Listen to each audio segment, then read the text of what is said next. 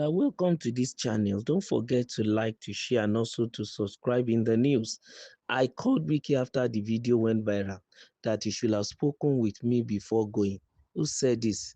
Matawale, Minister of State for Defense, Bello Matawale, has said that the naval officer who clashed with the Minister of the Federal Capital Territory, Nyesom Wike, in Abuja, did nothing wrong. The officer, Lieutenant A. Yerima, was only following orders during a disagreement over a piece of land which later went viral on social media. According to a report by Sun Nigeria on Thursday, November 13, 2025, Matawale described the incident as unnecessary and something that could have been avoided if Wike had followed the right procedure.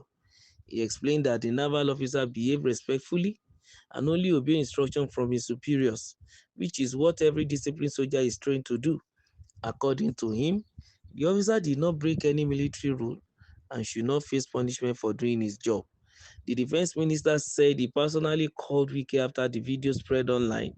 He told him that instead of confronting the officers at the site, he should have contacted the Ministry of Defense or the Chief of Defense Staff to resolve the issue peacefully.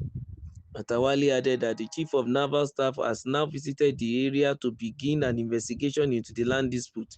He said that if the land was officially revoked, the process should have been handled properly through legal and diplomatic means.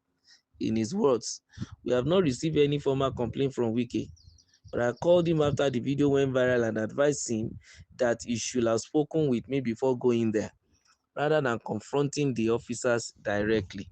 Well, this is campaign after election, because in Nigeria of today, there is this unnecessary impunity that has filled the air, especially around the leadership, whether the executive or the military or the legislature. Around the corridor of power, everybody wants to flex muscle.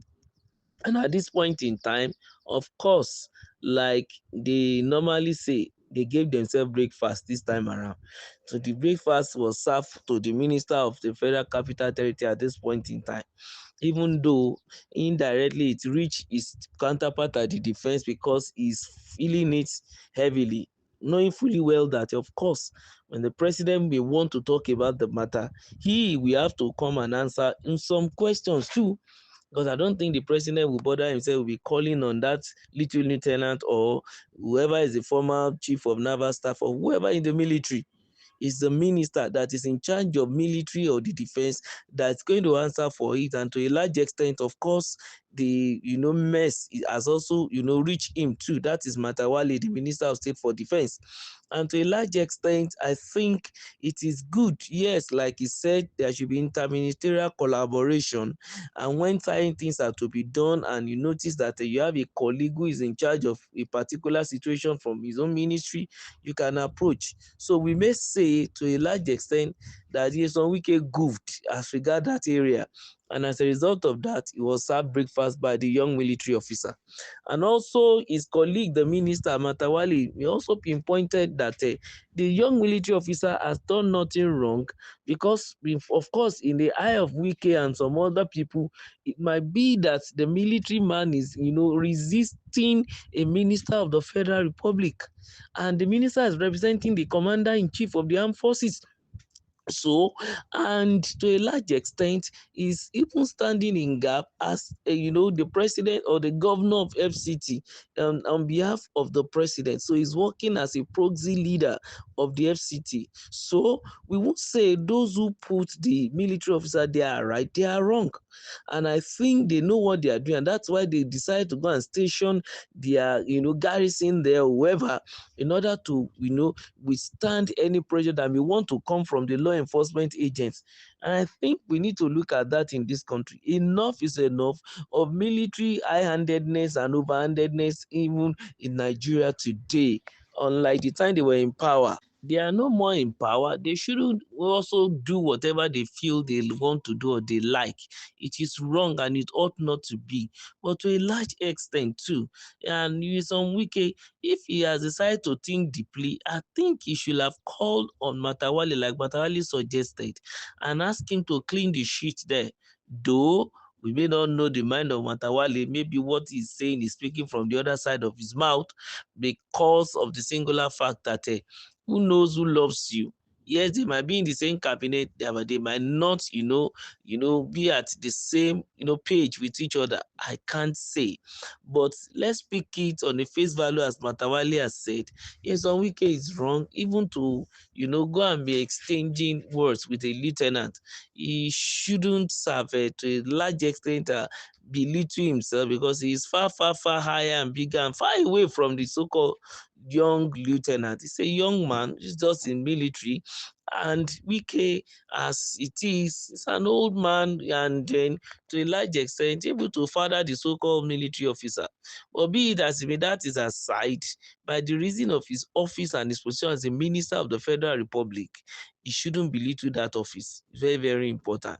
And also, it is a lesson to all the ministers together, that you don't need to look at your colleague, to fall into fire before you now start talking. That's just the reality. And also too, as a minister too, you don't think you know it all and you have all power. No, all the powers are embedded in the president. It's only the president alone, in quotes, as of Nigeria of today, that has a lot of power. I won't even say all powers are even embedded in him, because there are checks and balances from the, legislature, and also the judiciary is also there to interpret the extent of his power and even the severity of his power too. But be it as it may, the highest ranking power wielder and holder in Nigeria is the president, the commander-in-chief of the Federal Republic of Nigeria, the commander-in-chief of the armed forces. So, as long as each minister knows that their power is from the president, you are taking just a little out of the enormous power that is embedded in the presidency, you are supposed to tread carefully. You are supposed to also remember that, yes, you can't be absolute. Yes, you also have, as you took power right from the president, some other took power right from president, like the military too. So there is a need for, interministerial collaboration and cooperation, and also to the military should also do the same. Well, this former chief of naval staff, I think, will have also done better if he had approached Wike about the matter.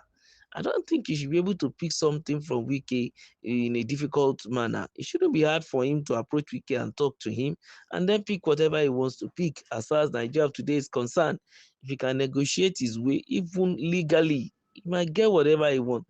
But stationing military stand at the on the land doesn't make any sense. At the end of the day, if they decide to look truly into the matter, it might eventually lose it. So I think the word is enough for the wise. Don't forget to like, to share, and also to subscribe to our channel.